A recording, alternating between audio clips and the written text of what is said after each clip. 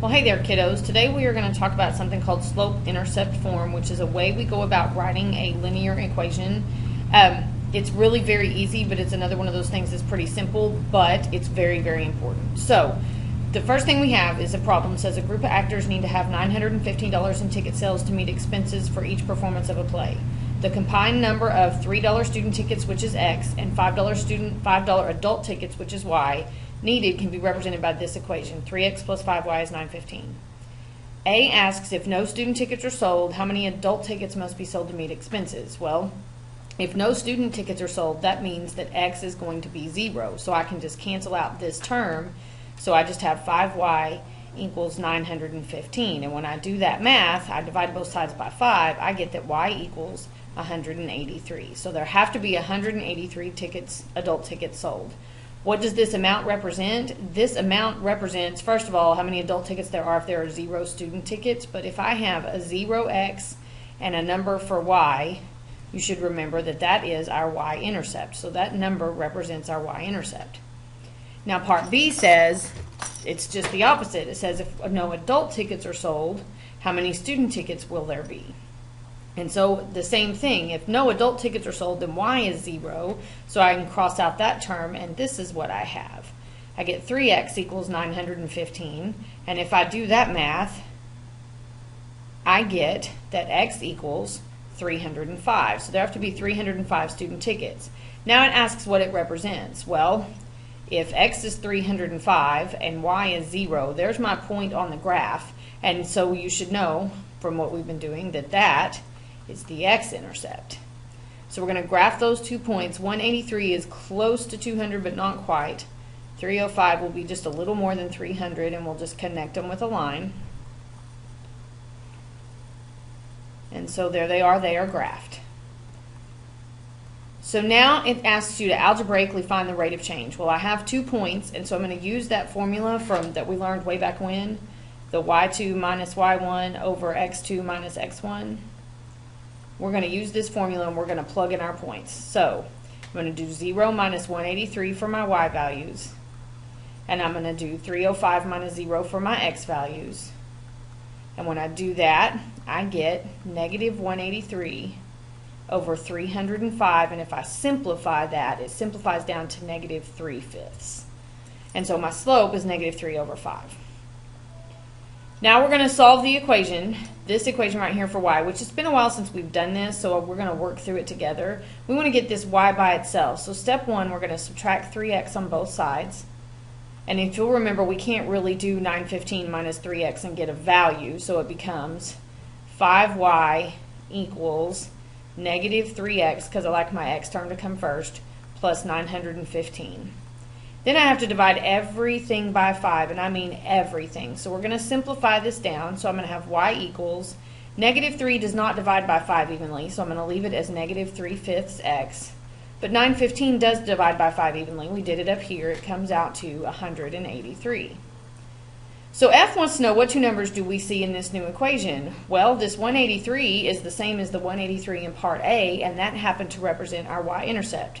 So we have the 183, which is the y-intercept, and we also have this negative 3/5, which we happen to see right here where we found the rate of change, which is also known as slope.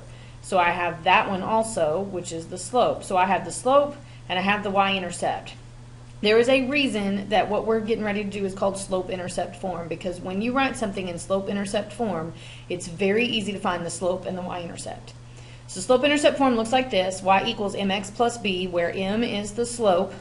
I don't have a better explanation for that other than mountains have slopes is how I remember it, and so m equals slope. Why it's m, I really don't know. That'd be a good thing for you to look up. Maybe you could learn something and share it with me and teach me something. B happens to represent the y-intercept. And so they use the letter B instead of the letter Y because there's already a Y in our equation, and it would look weird if we had y equals mx plus y. Then we'd have 2 y's. We wouldn't know which one was which. And so we just call it B. So we're going to write some equations using this form, y equals mx plus b. So number 2, I know that the slope is 1/3 and the y-intercept is 0.6.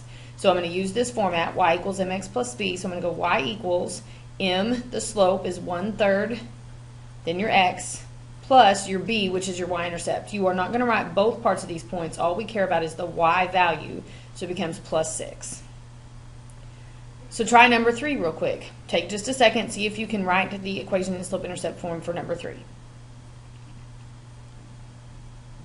Alright, so you know your slope is 0, so you're going to end up with y equals 0x plus -5 or just minus 5, because b is -5. Well, you can leave it this way, but there's really no reason to, because 0x is just going to cancel out, and it's just going to be 0, so you end up with y equals -5. And hopefully you recognized when you saw a slope of 0 that this is a horizontal line. And because it is a horizontal line, it has 0 slope, and y is going to equal -5. And no matter where you are on that line, y will be -5. Now 4, 5, and 6 ask us to solve for y and then find the slope and the y-intercept. So we're going to practice with number 4, just like we did earlier. We're going to get y by itself.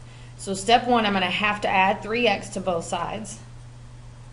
And so what I end up with is -y equals 3x, because like I told you, I like my x term to come first. And here's the reason why, this mx plus b plus 11. It does not matter if you put 11 plus 3x, it means the same thing. Just know that slope is the number in front of the x always, whether it's the first term or the not. Now this is not finished because this y is negative. I have to have a positive y for it to be in slope-intercept form. So I'm going to have to change the sign. So I'm going to get y equals, I made that positive, and when I change this sign, I have to change all of these. So it becomes -3x minus 11. So the slope for this line is -3 because that's the number in front of my x. My y-intercept is this -11, and if you'll remember, it's a point at 0, -11. So pause the video for just a second, solve number 5 for y, and see if you can get the slope and the y-intercept for that one. So I have solved this for y. I added 10x and then divided everything by 5, and this is the equation I got. And so the slope of this line is going to be 2, and the y-intercept is at 0, 4. So try one more time. Let's try number 6. You've got some distributive property you're going to have to do. So you have y minus 7 is equal to, well, this becomes 2/3 x. And then when I do 2/3 times 6, I'm going to do 2 times 6, which is 12. 12 divided by 3 is 4, so it becomes -4. And now getting y by itself is super easy. I just got to get rid of the 7. So I'm going to add 7 to both sides. I will have to add it here and then to the 4. Don't add it to the 2/3 x. So you end up with y equals 2/3 x. And then -4 plus 7 is just 3. So there's your equation. Your slope is 2/3 and your y-intercept is at 0, 3. So now let's go from a graph to slope-intercept form. So what I have right here, number 7, I've got a horizontal line, and hopefully you will remember horizontal lines have 0 slope and their equations are always y equals. And so I know my slope is 0, and so my equation is just going to be y equals, because if I do the 0x like it did over here when I did this problem, the 0 is just going to cancel out, so there's no reason to put it, so we're just going to put the number. So I'm going to go down here and I'm going to see that right here, y equals -1, -2, it equals -3, and no matter where I am on that line, y equals -3, so that's my equation. So the slope of this line, because it's horizontal, is 0, the y-intercept is at 0, -3. So let's try number 8. Step 1, we're going to have to find the slope. Okay, so pick 2 pretty points. Here's one, here's one. Remember, we draw a right angle, and then we're going to count. So my rise is -2, my run is 1. And so my slope is going to be -2 over 1, or just -2. And my y-intercept is right here. It's where it crosses the y-axis at 0, 4. And so my equation, y is equal to slope, -2x, plus the y-intercept, 4. So take just a second. Oh, we're going to go backwards now. Now we're going to graph. Instead of writing an equation, we're going to graph. So I know that my slope is 1/3, my y-intercept is 0, 6. Plot your y-intercept first. Always, always, always start with the y-intercept. I'm going to change my pen color here to red because it's a little bit easier to see on the graph.